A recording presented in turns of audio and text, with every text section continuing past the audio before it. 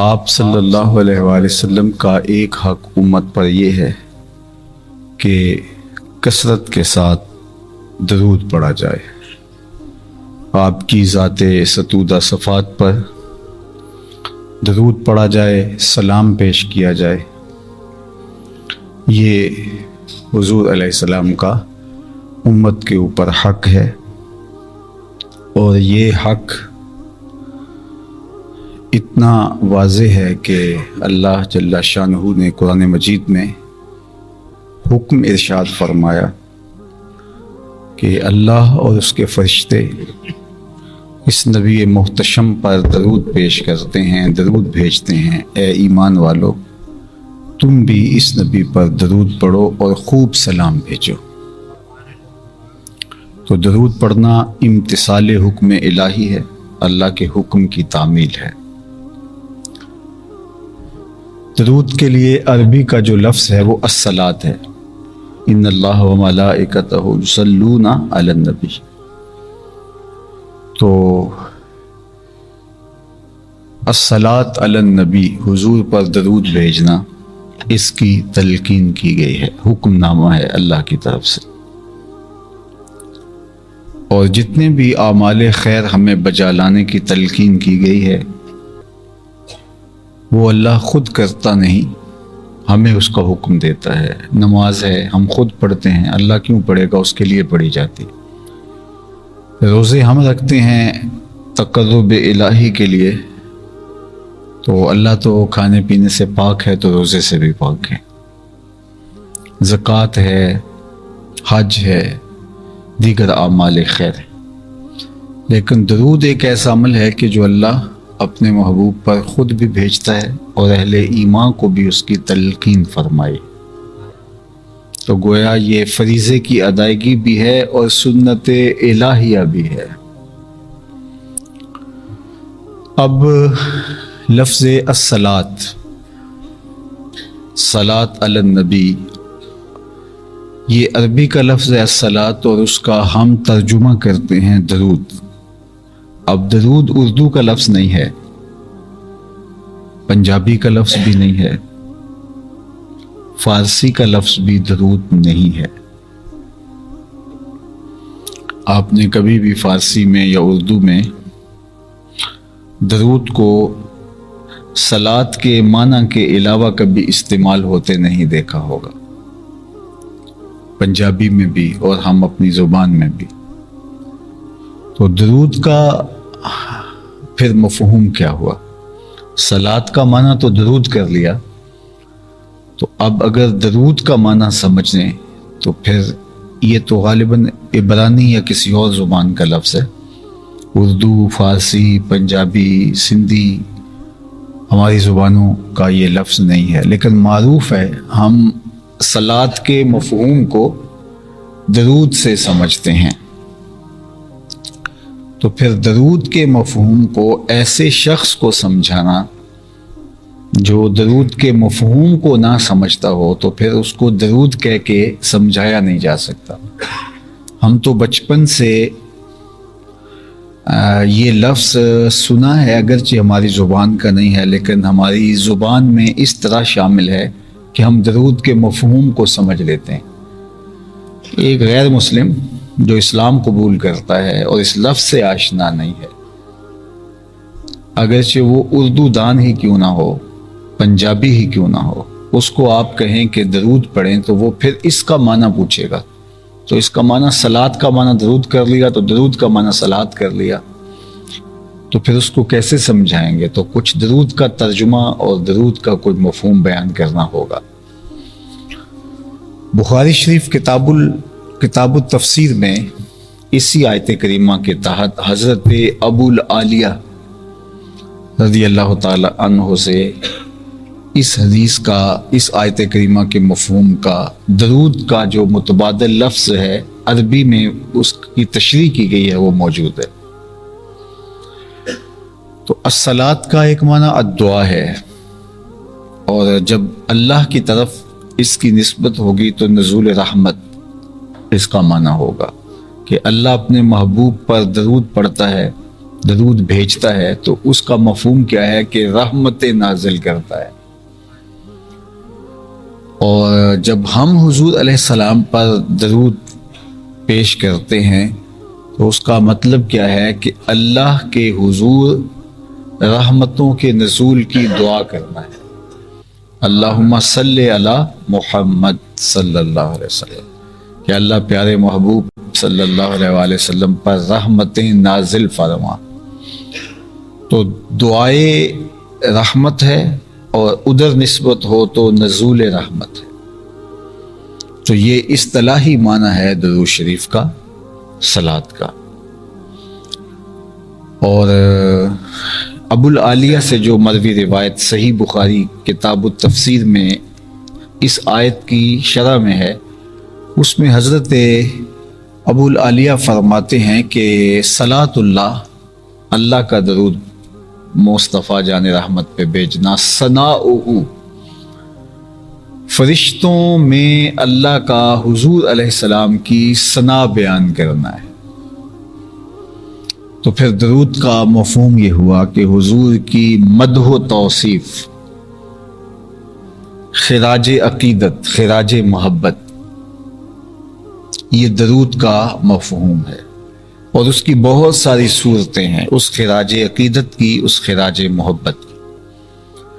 لیکن سب سے بہتر صورت اس کی اللہ سے نزول رحمت کی دعا ہے کہ اللہ اپنے محبوب کو ان کی شان کے مطابق مراتب رفیع سے فائز المرام فرما، اور اپنی شان کے مطابق اور محبوب کے مقام کے مطابق ان پر رحمتوں کا نزول فرما.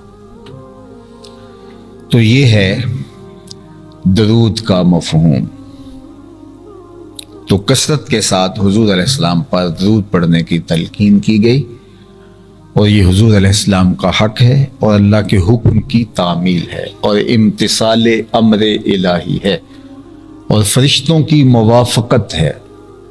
فرشتے بھی حضور علیہ السلام پہ درود پڑھتے ہیں تو ملائکہ کی موافقت، اللہ کی موافقت، حکم نامے کی تعمیل، اور اللہ کے محبوب علیہ السلام کے لیے رحمتوں کے نزول کی دعا، حضور علیہ السلام کی مدح و توصیف اور حضور کی ثنا، یہ درود کا مفہوم ہے.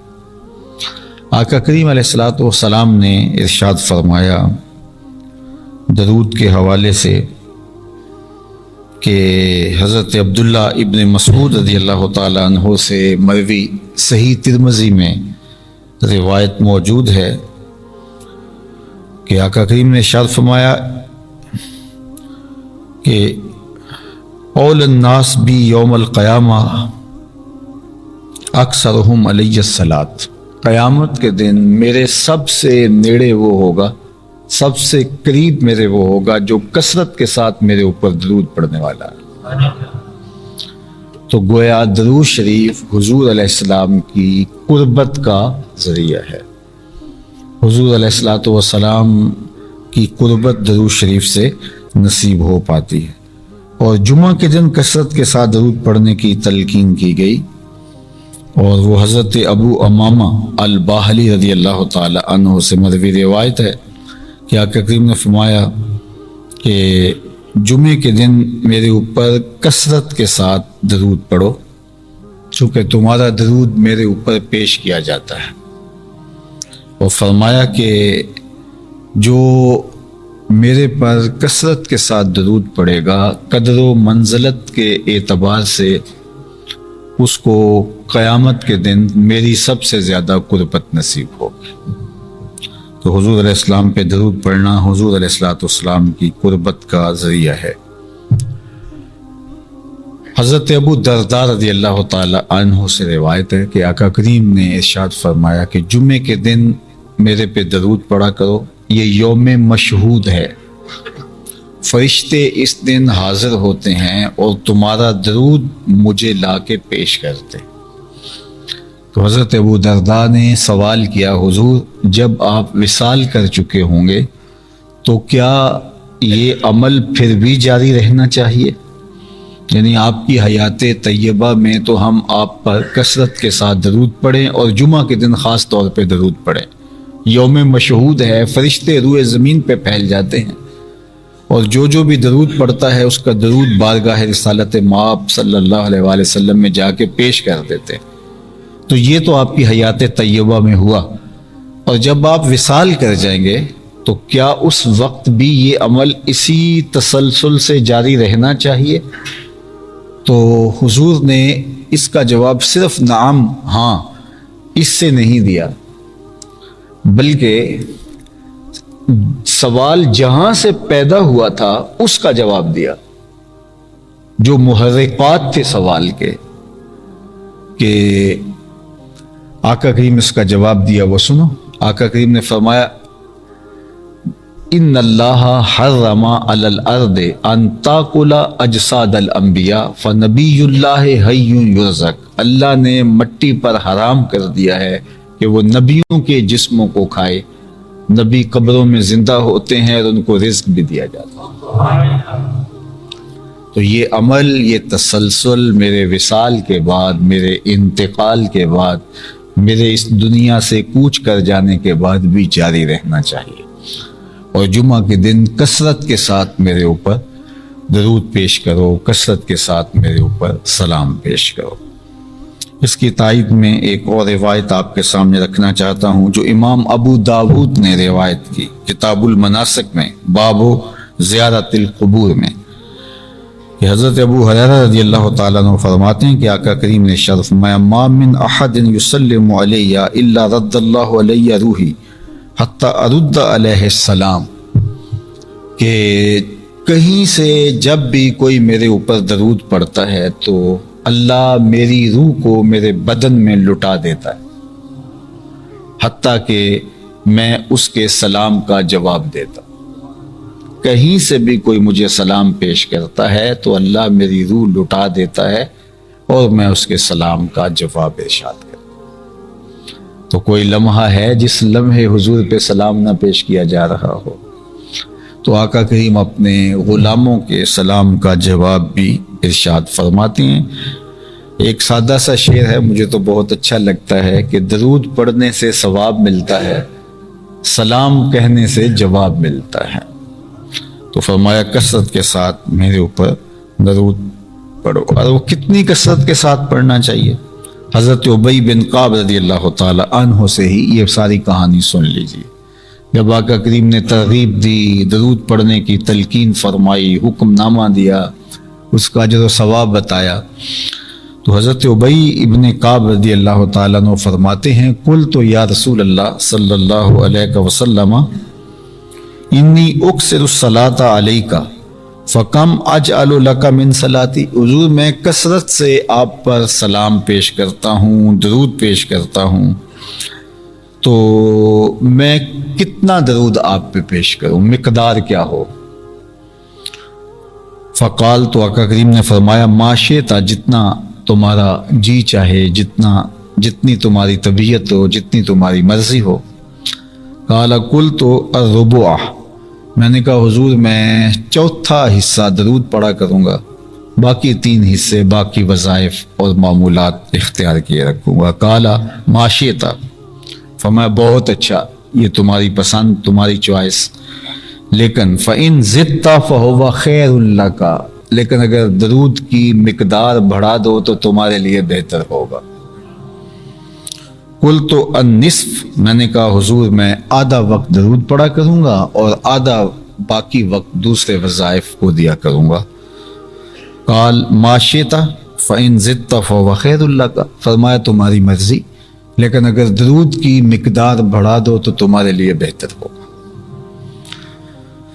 قال قلت فالثلثین، تو میں نے کہا کہ حضور میں 3 حصے درود پڑھا کروں گا اور 1 حصہ، چوتھا حصہ باقی وظائف کیا کروں گا۔ قال ما شئت، فرمایا تمہاری مرضی، فإن زدت فهو خیر لک، لیکن درود کی مقدار کو بڑھا دو تو تمہارے لیے بہتر ہوگا۔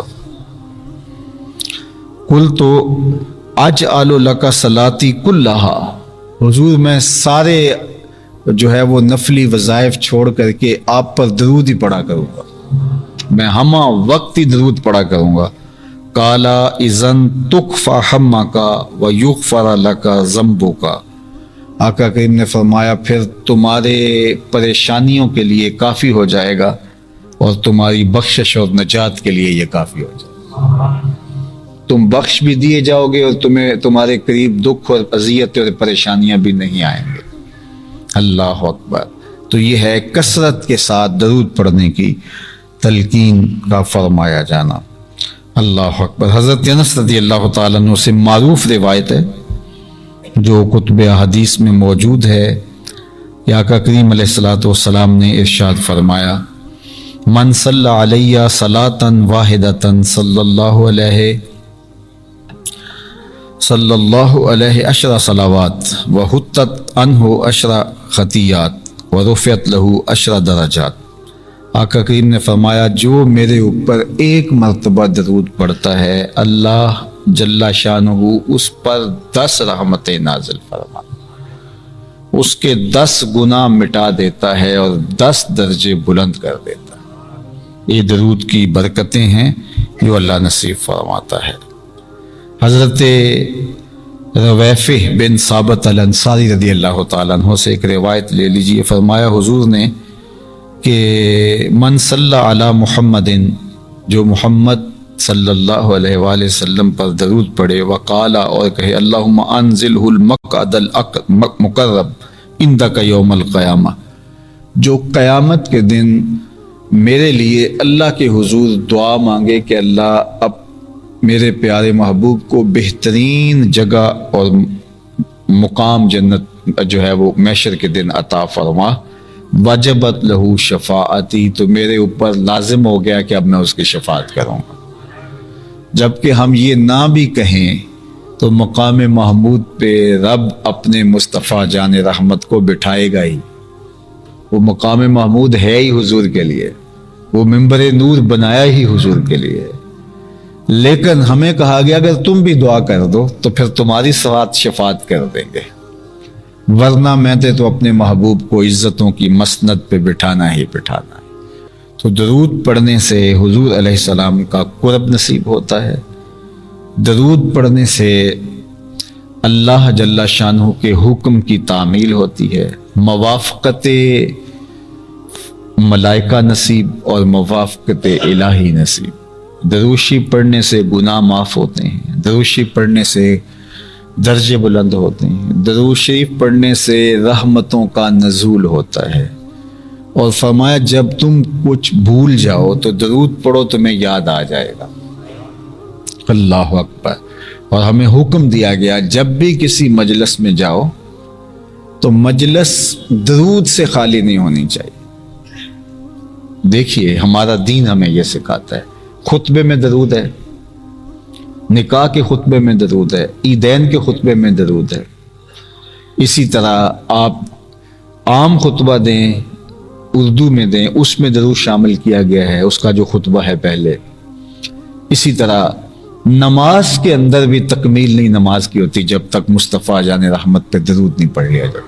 حالانکہ نماز خالص عبادت اللہ کی ہے، لیکن اس کی تکمیل بھی اتنی دیر تک نہیں ہوتی جب تک درود نہ پڑھ لیا جائے۔ تو آپ کی کوئی بھی مجلس ہو، نجی مجلس ہو، گھریلو میٹنگ ہو، تمہارا کوئی بھی معاملہ ہو، تو اتنی دیر تک مجلس اختتام پذیر نہیں ہونی چاہیے جب تک حضور پہ درود نہ پڑھ لیں۔ بیٹھتے ہوئے اٹھتے ہوئے درمیان میں کثرت کے ساتھ حضور پہ درود پڑھا جائے تو وہ رحمتوں اور برکتوں کا محبت بن جائے گی۔ وہ جگہ جہاں آپ بیٹھے ہوئے وہاں انوار اترنا شروع ہو گئے، جہاں درود کا تحفہ حضور کی بارگاہ سے پیش کیا جائے گا۔ اپنی اولاد کو درود پڑھنا سکھاؤ، ان کو درود کی ترغیب دو۔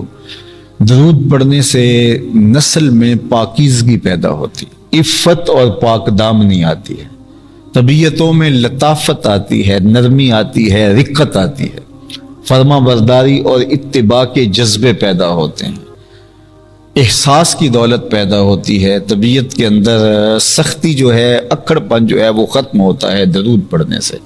اس لیے کثرت کے ساتھ اپنی اولاد کو درود پڑھنے کی ترغیب دو۔ درود پڑھنے کے جو ثمرات ہیں، درود پڑھنے کے جو فائدے ہیں، درود پڑھنے کے جو اثرات ہیں انسان کو نصیب ہوتے، تو ان میں سے ایک یہ ہے کہ اولاد پاکیزہ ہوتی ہے درود پڑھنے سے، تو ان کو درود پڑھنے کی تلقین کرو۔ اور یہ بھی فرمایا گیا کہ درود پڑھنے سے رسول کریم صلی اللہ علیہ وآلہ وسلم کی قربت نصیب ہوتی ہے، اور یہ اتنا بڑا ذریعہ ہے حضور کی قربت کا کہ اس سے اور بڑا کوئی ذریعہ نہیں ہو سکتا ہے۔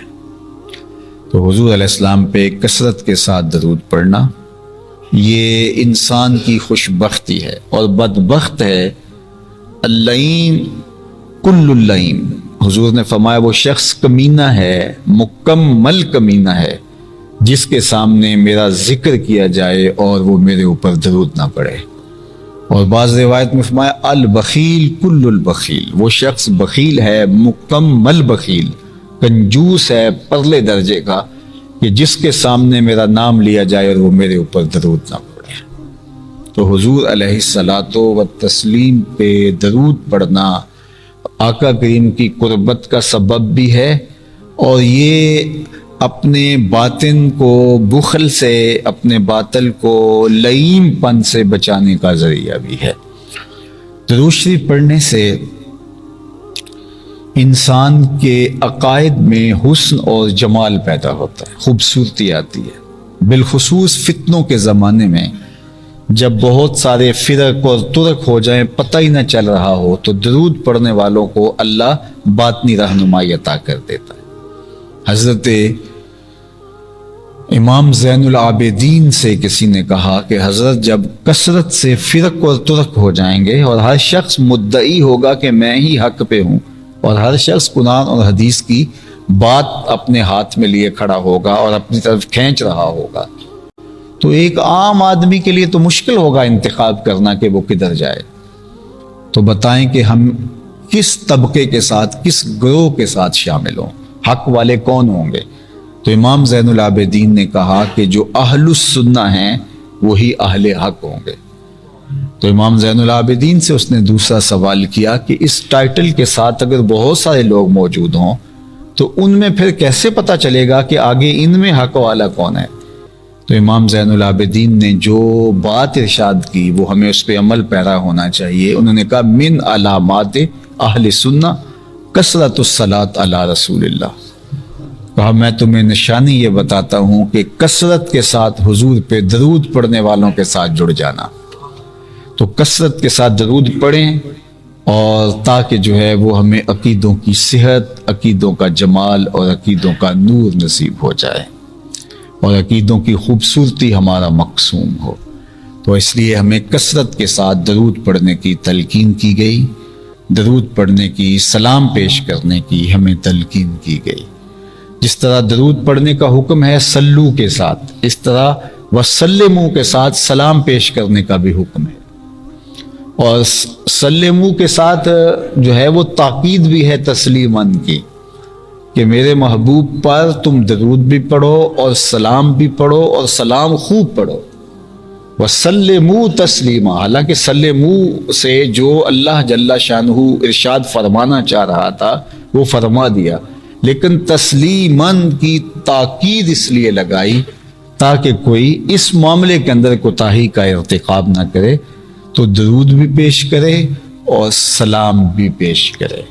درود پڑھنے سے قربت حضور کی نصیب ہوتی ہے، اور سلام پڑھنے سے حضور سے معرفت پیدا ہوتی ہے۔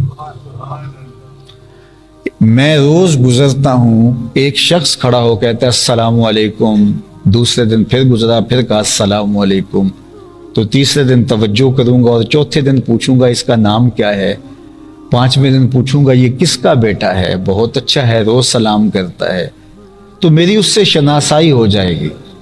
تو جو روز حضور کو سلام پیش کرتا ہے، اور حضور نے فرمایا کہ اللہ جل شانہ میرے جسم اطہر میں روح کو لٹا دیتا ہے، اور میں سلام کرنے والوں کے سلام کو سنتا ہوں۔ اور بعض روایت میں کہ اللہ نے فرشتے مقرر کر رکھے ہیں جو سلام پیش کرنے والوں، درود پیش کرنے والوں کے درود کو اور سلام کو میری بارگاہ میں پیش کرتے ہیں۔ تو ایک شخص کا روزانہ کئی بار سلام پیش ہوتا ہے، درود پیش ہوتا ہے، تو حضور سے اس کی معرفت ہوگی، حضور سے اس کی پہچان ہوگی۔ کتاب کا نام ہے ابن ابی دنیا، حدیث کی کتاب ہے، لیکن جس طرح بخاری اور مسلم سے ستہ کا درجہ ہے، یہ اس درجے کی کتاب نہیں ہے، لیکن سند کے ساتھ حدیث اس میں مذکور ہے۔ اس حدیث کا نام ہے حدیث بطاقہ، اس کو محدثین کہتے ہیں، یہ حدیث بطاقہ ہے۔ جو لوگ عرب ممالک میں رہے ہیں تو وہ جب پرچی کاٹ کے دیتے ہیں تو اس کو بطاقہ کہتے ہیں، کاغذ کے ٹکڑے پر کوئی چیز لکھ کے دیتے ہیں تو اس کو وہ کہتے ہیں یہ بطاقہ ہے۔ تو حدیث بطاقہ اس کا نام ہے کہ حشر کا دن ہوگا اور حضور علیہ السلام حشر کے دن ایک جگہ پہ منبر نور پہ تشریف فرما ہوں گے، اور ایک شخص کو فرشتے کھینچ کر کے جہنم کی طرف لے جا رہے ہوں گے۔ اچانک اس کی حضور پہ نگاہ پڑے گی تو وہ حضور علیہ السلام کو پکارے گا تو آقا کریم اس کی مدد کے لیے پہنچیں گے، اتنی تیزی سے اٹھیں گے کہ چادر کا ایک کونا حضور کے کندھے پہ ہوگا اور دوسرا زمین پہ گسڑ رہا ہوگا۔ یہ حضور کی محبت کو بیان کرنے کے لیے بیان فرمایا گیا کہ حضور یعنی اتنی فرصت بھی نہیں لیں گے کہ اس چادر کو اچھی طرح سے لپیٹ لیں، بلکہ ایک کونا کندھے پہ ہوگا اور دوسرا زمین پہ گسڑ رہا ہوگا، اور آقا کریم فرشتوں سے کہیں گے اس کو کہاں لے جا رہے ہو؟ تو وہ کہیں گے کہ نامہ اعمال تولا گیا، نیکیاں اس کی تھوڑی ہیں، گناہ زیادہ ہیں، اس لیے اس کو جہنم لے جا رہے ہیں۔ تو اللہ کے محبوب فرمائیں گے کہ اس کا نامہ اعمال دوبارہ تولا جائے۔ اب حشر کا دن ہے، فرشتوں نے تول لیا ہے، اب دوبارہ، لیکن فرشتوں کو کوئی اعتراض نہیں ہوگا، وہ جانتے ہوں گے کہ صدر دیوان حشر یہی سرکار ہیں، لہٰذا دوبارہ نامہ اعمال نصب کر دیا جائے گا۔ جب تولا جائے گا تو واقعی نیکیاں تھوڑی اور گناہ زیادہ۔ تو آقا کریم علیہ الصلوۃ والسلام ایک کاغذ کا ٹکڑا بطاقہ اس کی نیکیوں والے پلڑے میں رکھ دیں گے تو وہ بھاری ہو جائے گا، تو اس کو جنت کا حکم ہو جائے گا، تو عرض گزار ہوگا کہ میرے ماں باپ آپ پہ قربان، اس میں کیا تھا؟ تو کہا کہ خلوص کے ساتھ تنہائی میں تیرا پڑا ہوا درود تھا۔ تو درود مغفرت کا ذریعہ ہے، غفران کی ضمانت ہے، حضور کی قربت کا ذریعہ ہے۔ جس صیغے کے ساتھ پڑھنا چاہیں آپ کو شریعت نے کوئی پابند نہیں کیا۔ درود ابراہیمی افضل ترین درود ہے، اس کے ساتھ سلام بھی ہونا چاہیے، چونکہ وہ اکیلا درود، اگر وہ پڑھے تو ساتھ سلام بھی پڑھیں۔ باقی مختلف اوقات میں مختلف درود ہیں، جو بعد میں بھی کچھ درود ہیں کہ جو بعد میں لوگوں نے جو ہے وہ ضرورت کے تحت مختصر درود بھی بنائے، تو یہ کوئی شریعت میں ممانعت نہیں ہے۔ مجھے بہت پرانی بات یاد ہے کہ ایک صاحب کہنے لگے کہ صرف درود ابراہیمی پڑھنا چاہیے۔ میں نے کہا درود ابراہیمی بھی پڑھنا چاہیے، اور بھی جتنے درود ہیں، اس میں تو آپ ضد کر رہے ہیں، اہل علم کے ہاں تو کوئی اس میں اختلاف نہیں ہے۔ تو کہتے ہیں نہیں، مطلب کہ درود ابراہیمی ہی پڑھنا چاہیے۔ تو میں نے کہا کہ یہ کس کا نام لیتے ہوئے درود ابراہیمی پڑھنا چاہیے؟ تو کہتا ہے کہ اللہ کے نبی صلی اللہ علیہ وآلہ وسلم کا۔ تو میں نے کہا آپ نے صلی اللہ علیہ وسلم کیوں کہا؟ آپ کو کہنا چاہیے تھا کہ اللہ کے نبی اللہم صلی علی محمد وعلی آل محمد کما صلیت علی ابراہیم وعلی آل ابراہیم انک حمید مجید کا نام لیتے ہوئے۔ تو سوچ میں پڑ گیا، میں نے کہا کہ یہ درود مختصر درود محدثین نے حضور کے نام کے ساتھ لکھنا شروع کیا، اور پھر یہ مروج ہو گیا، اور آپ یہ کہہ رہے ہیں، آپ کا دعویٰ یہ ہے کہ درود ابراہیمی کے علاوہ کوئی درود نہیں پڑھنا چاہیے، اور میں نے آپ سے پوچھا کس کا نام لیتے ہوئے، تو آپ نے کہا کہ اللہ کے نبی صلی اللہ علیہ وسلم کا۔ تو آپ نے پھر یہ کیوں پڑھا؟ تو وہ خاموش سا ہو گیا، اس کے پاس جواب نہیں تھا۔ تو بعض ضدیں ایسی ہوتی ہیں، اہل علم میں اس میں کوئی اختلاف نہیں ہے، اختلاف ہے مخاطبت کے صیغے کے ساتھ، یعنی ایک طبقہ کہتا ہے کہ الصلاۃ والسلام علیک یا رسول اللہ نہیں کہنا چاہیے، یہ جو ہے وہ حاضر کا صیغہ ہوتا ہے، لیکن اس میں بھی پھر آگے دو صورتیں بن جاتی ہیں۔ بعض نے کہا کہ جو ہے وہ اس کو شوقیہ طور پہ کہہ سکتے ہیں، حکایت کے طور پہ کہہ سکتے ہیں، انشاء کے طور پہ نہیں کہتے۔ اور السلام علیکہ ایھا النبی جس طرح کہا جاتا ہے تو وہاں تو مخاطبت سے کہا جاتا ہے، لیکن بعض لوگ پھر اس کی بھی تعویل کرتے ہیں کہ نہیں، اس کو ہم بطور حکایت کہتے ہیں، یعنی یہ واقعہ ہوا تھا معراج میں اور یہ اس کی حکایت ہے، یعنی یہ مخاطبت نہیں ہوتی۔ تو اگر مخاطبت نہیں ہے تو پھر سلام کس کو پیش کر رہے ہیں؟ تو یہ عجیب سی کہانی ہے۔ اور کچھ دوستوں نے، اب تو نئی کتابیں مارکیٹ میں بھی آ گئی ہیں، تو السلام علیکہ ایھا النبی جو نمازیں چھپی ہیں نئی، اس میں سے نکال دیا گیا ہے، تو السلام علی النبی کر دیا گیا ہے کہ یہاں ہم پھنس رہے ہیں تو چلو تھوڑی سی تبدیلی کر لیں۔ صحیح ابن خزیمہ سے ایک روایت لے کر آئے ہیں۔ تو بہرحال یہ ایک اختلافی بات ہے، اور میرا روح سخن یہی ہوتا ہے کہ جتنا بچا جائے اتنا بہتر ہے۔ تو جو بھی آپ پڑھنا چاہیں حضور پہ درود پڑھ لیجئے، کثرت سے درود پڑھیں گے، پھر خود بخود اندر روشنی ہوگی، پھر یہ بھی پتہ چل جائے گا کون سا پڑھنا چاہیے کون سا نہیں پڑھنا چاہیے، ساری روشنی ہو جائیں گی۔ پھر کچھ چیزیں اندر سے جو ہے وہ چیزیں ملتی ہیں، اندر سے فیصلے ملتے ہیں۔ تو بحثوں مباحثوں اور مناظروں میں تو کبھی فیصلے نہیں ہوئے، فیصلے تو اندر سے ہوتے ہیں۔ تو اس لیے کثرت سے درود پڑھنے کا ایک فائدہ یہ ہے کہ صاحب درود سے محبت بھی پیدا ہوتی ہے، اور اگر بخت جاگ جائیں تو زیارت بھی نصیب ہوتی ہے۔ اور حضور کی زیارت کا شوق ایک مومن کے دل میں، یہ بھی حضور کا حق ہے کہ اس کی آرزو ہو کہ مجھے اب میرے آقا کی زیارت ہو۔ یہاں کوئی اپنے لیڈر کو دیکھنے کے لیے، وہ سیاسی رہنما ہو، وہ مذہبی رہنما ہو، وہ جو ہے وہ کسی شاعر سے کوئی محبت رکھتا ہو، یہ اس طرح اور بھی دنیا کے مختلف شعبہ جات سے دلچسپیاں رکھنے والے جس سے محبت رکھتے ہیں اس کو دیکھنے کے لیے بےتاب ہوتے ہیں، تو ایک امتی اپنے نبی کو دیکھنے کے لیے بےتاب کیوں نہیں ہوگا؟ تو درود کی برکت سے حضور علیہ السلام کے دیدار کا راستہ بھی کھلتا ہے۔